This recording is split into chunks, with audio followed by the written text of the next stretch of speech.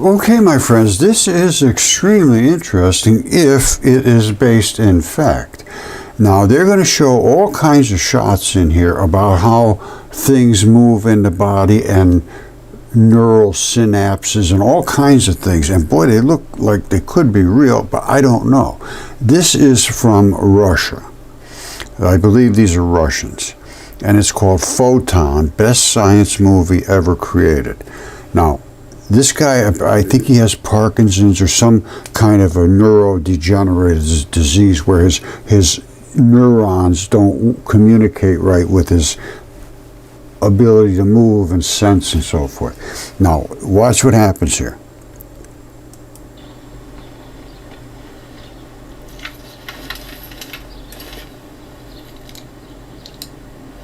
See, he's all tangled up in his mind.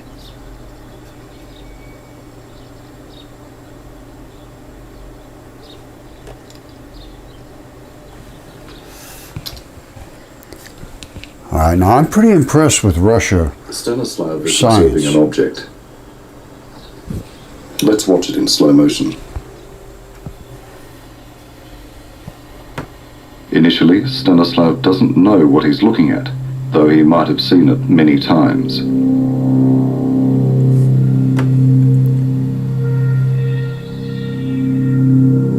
The backyard is penetrated by waves, the internet, cell phones, TV, the army. These are colorless vibrations, differentiated only by crest density. Atoms on a watermelon. The surrounding waves are bouncing off them. A photon spurt gushes into the eyes, passing through cloudy spots and sits in the back of the eye. All right, they're going to be talking about the receptors that receive these different frequencies of light. Now, I'd like to see what their interpretation of this is. Now, I have my own interpretation of when I believe it's got to do with membranes, but I could be wrong. Let's see what they have to say. Like I say, I'm pretty impressed with the Russians, the way they interpret things. Let's see what this has to say. So let me come back just a smidge. And this goes quite lengthy now. So in other words, they're saying that the guy's sitting in here, and he's getting all kinds of frequencies coming around. We don't see them. They're not like light. They're just vibration. Now, is that what they're saying causes the issue? I don't know. Let's come back to right about here. All right, so he's sitting in here. There's all kinds of things coming through here. Now, is that why they think maybe this is interfering with him receiving? And if so, why would that be? What would that do to this guy specifically and not to me, and I'm in the same space? I don't know if that's what they're intimating, but let's see. Differentiated only by crest density. Atoms on a watermelon. The surrounding waves are bouncing off them. A photon spurt gushes into the eyes, passing through cloudy spots and sits in the back of the eye. Here, in the back of the eye, the waves are divided and transferred to the optic nerve, meeting in his head and then flowing into the back of the skull to the area known as V1. In V1... All right, let me just show you something right now. They're talking about this coming through the eyeball and transferring back to here. I'm going to show you something. I can show you an actual head that's real, and we can see all of these nerves. And it's a real head. Okay, shocker du jour. Hold on, and hold on tightly. Let's watch it in slow motion. Initially, Stanislav doesn't know what he's looking at, though he might have seen it many times. Now, why doesn't he know? The way I'm taking it, he thinks something's wrong with his eyes. The backyard is penetrated by waves, the internet, cell phones, TV, the army. These are colorless vibrations, differentiated only by crest density. Atoms on a watermelon. The surrounding waves are bouncing off them.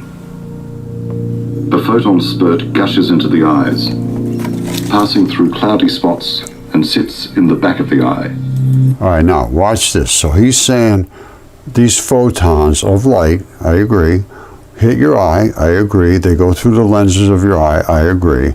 They hit the back of your eye and move out into the optic nerve, I agree with all that. Now, an optic nerve, in my opinion, is what sends the information to the processing center, which is in the back of the brain. So I'm going to let him explain what he's got to go. Here goes.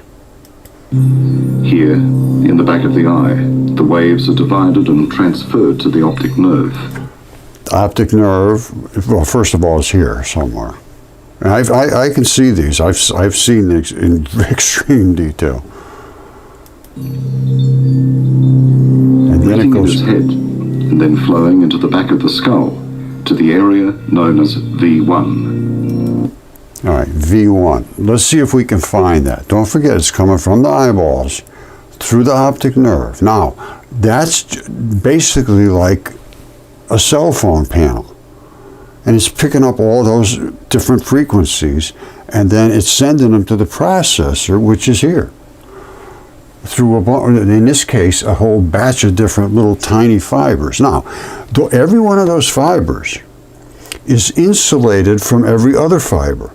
And the insulation is a certain type of membrane which has a certain type of chemistry that regulates this exact type of chemical reaction. And every one of these chemical reactions is in my mind, is probably different.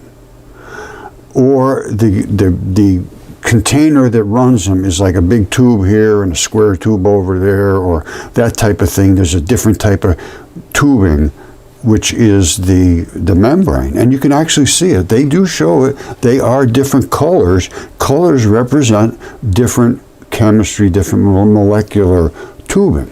So let's take a look at this type of molecular tubing, what color that is. All right, so can we verify what he's saying? Well, yes, we can. This is where your eyeballs are up here. And he's saying that it's flowing to the back into this processing area. Looks like it to me. Now, what else is going on here? We got some more green stuff going over here. Is that related to this? Could be. We'd have to look at this very carefully, but regardless if this is part of this nerve flow or information flow, let's call it, it's still, the chemistry is very close.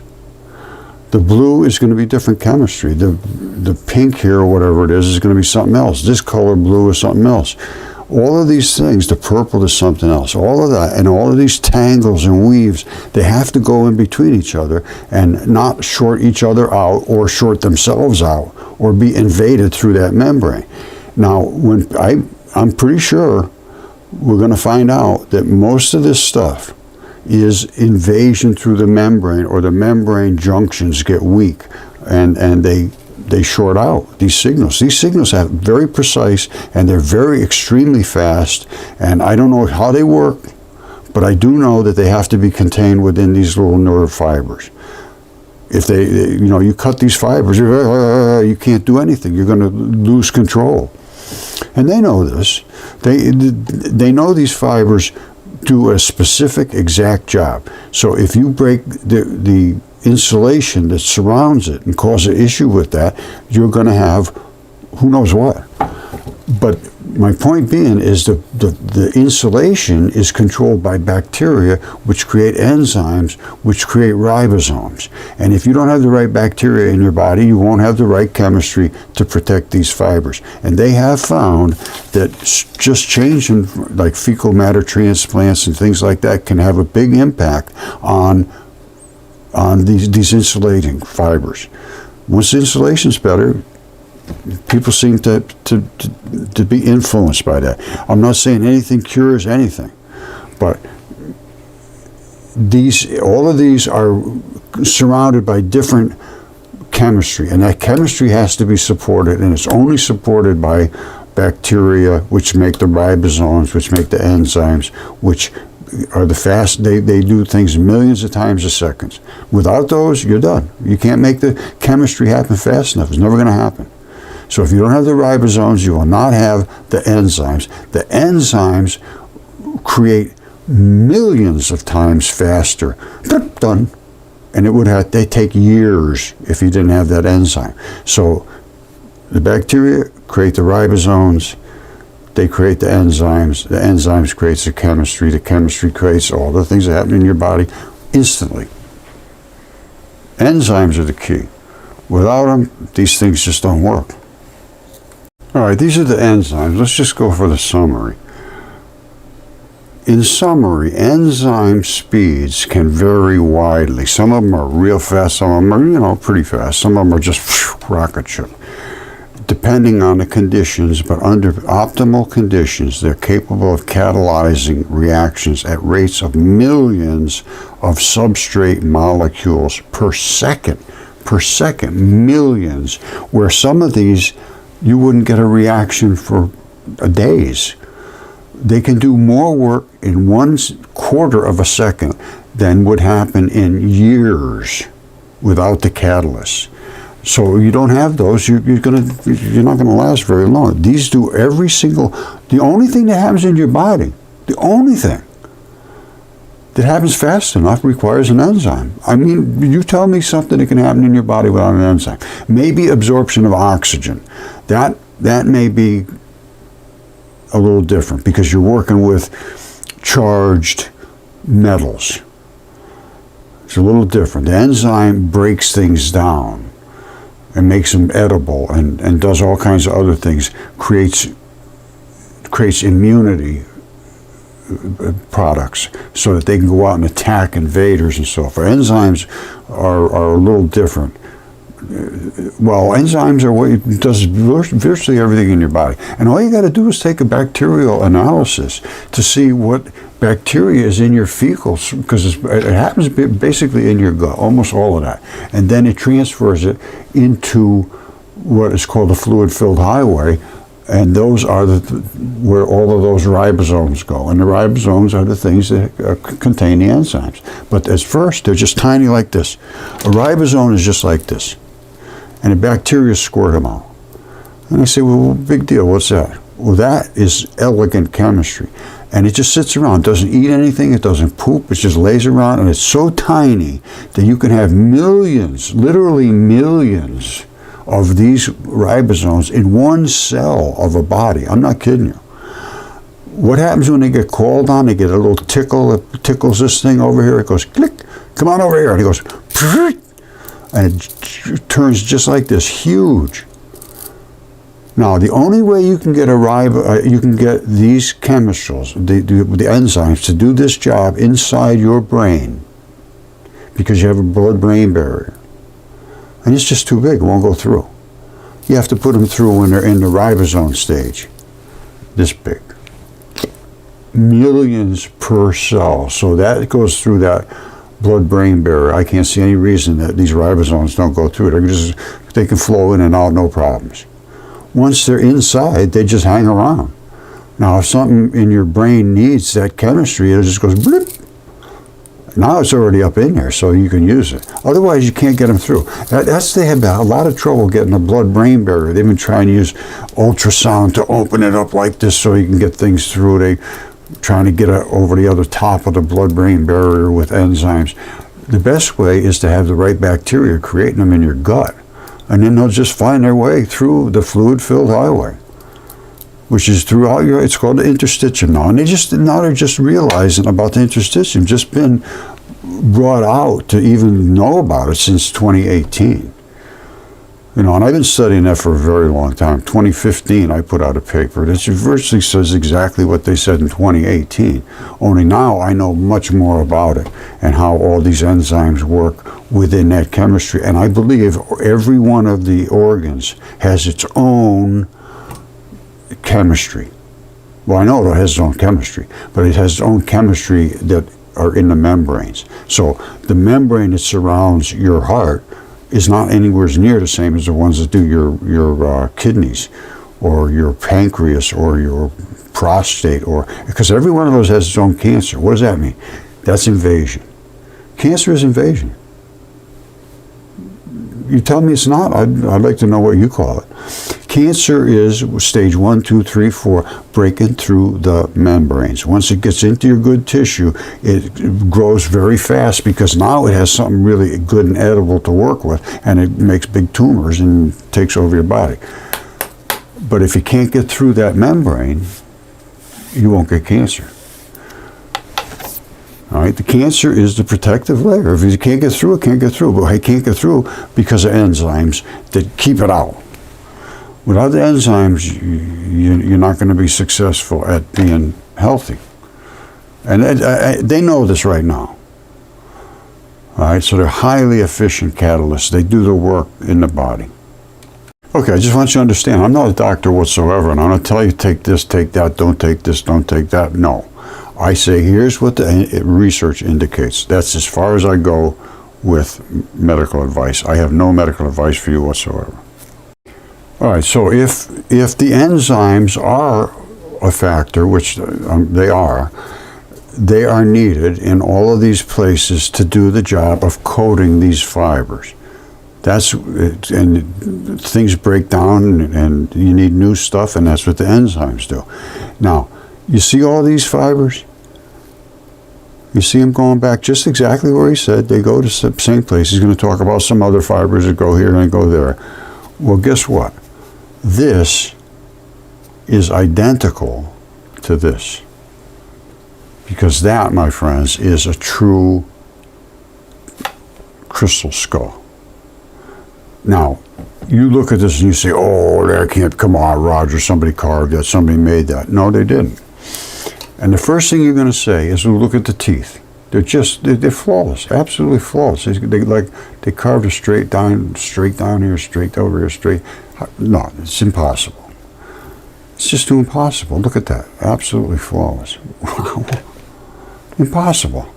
That's what I thought too when I looked at it. I just almost walked away, but I looked at some other stuff. Now, I understand what happens with nucleophilic invasion and substitution. This is actually flesh. There's no flesh here anywhere. Why would that flesh remain and be crystal and there's no flesh anywhere else here? Why? If this was a real skull, why would the lip be turned up like that and be still crystal like everything else when it was flesh at one time and no other flesh was saved? Why? Well, why is this? If it was the nose, how come the nose isn't coming down like this? Well, I can tell you why. This was pushed backwards and it was laying on its face like this. So let's rotate this the way it would be. This is the actual orientation that it was laying in the mud.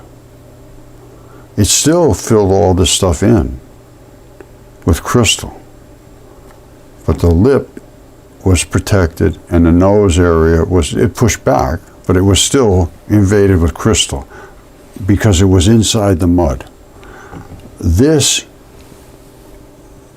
for some reason, and I can't really tell you, I gotta be honest with you, this one here is spooky as hell. It was just invaded with the crystal. So whatever happened here had to be so super saturated with silicates that every single thing else left. I mean everything. I can't find anything here. Normally you're going to see some blood. Like this is a crystal heart. You see that? That's an aorta. And that's the left ventricle wall is thick as hell. And there's another tubing right there. It's still got a little bit of red blood in it. Otherwise than that, this is also completely crystal. You know, this one just is fabulously done. This one's pretty good. All right, now, and I have another one here this one here, right here, I cut this one, and that's where the heartstrings are. These are the heartstrings that come down. So they do turn into crystal, but this is just beyond nobody believes it because it's just too magnificent. Now, what else makes it authentic? You see that? I think they call it the cerebrum, I can't remember. I think it's cerebellum. And that is drifted forward. There's just a cavity back here that filled in with silicates because it was an empty cavity, and silicates grow in empty cavities or wherever they can grow.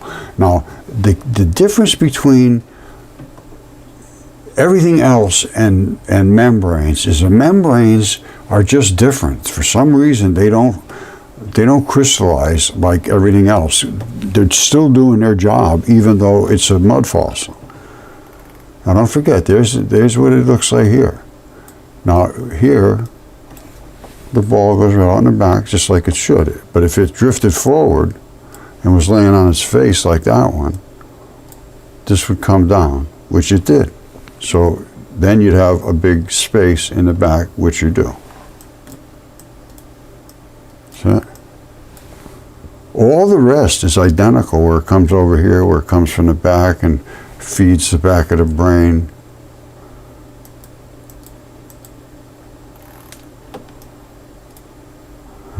Now, and another thing about this jaw is it hinges. You can't take it off. I believe, this is what I've been told. Now, I haven't ever touched this or examined it really fully, but what I am led to believe is that that jaw can do this, just like your jaw, but it's pinned, so you can't just take the jaw and take it off.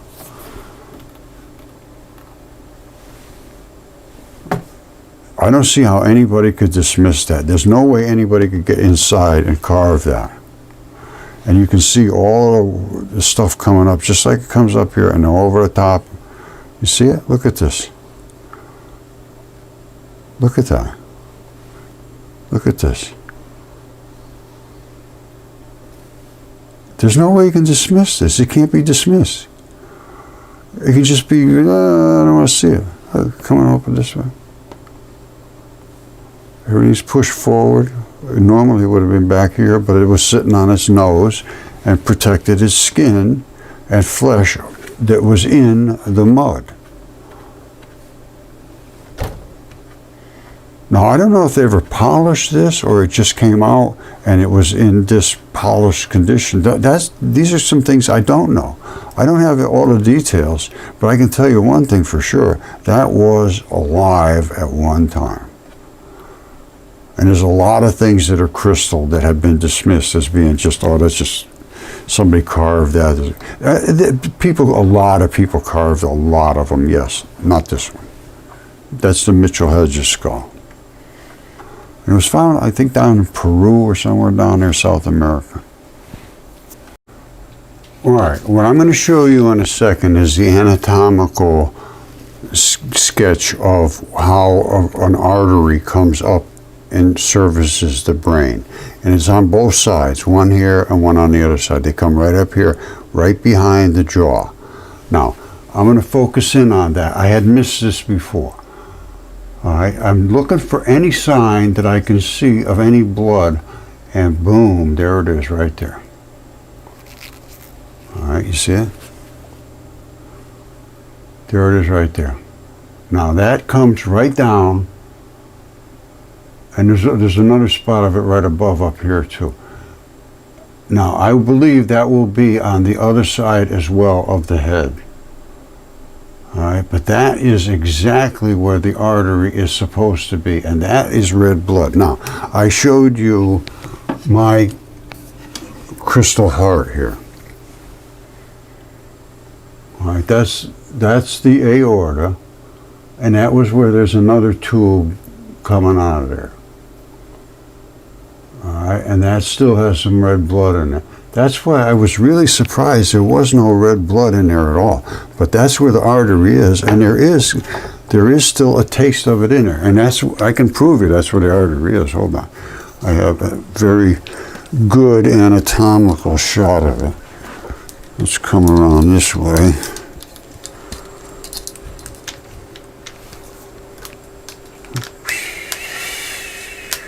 Right there. You see that? Right behind the jaw. That's where we're seeing the blood. Right behind his jawline there. All right, that's the red blood. And this is it right over here.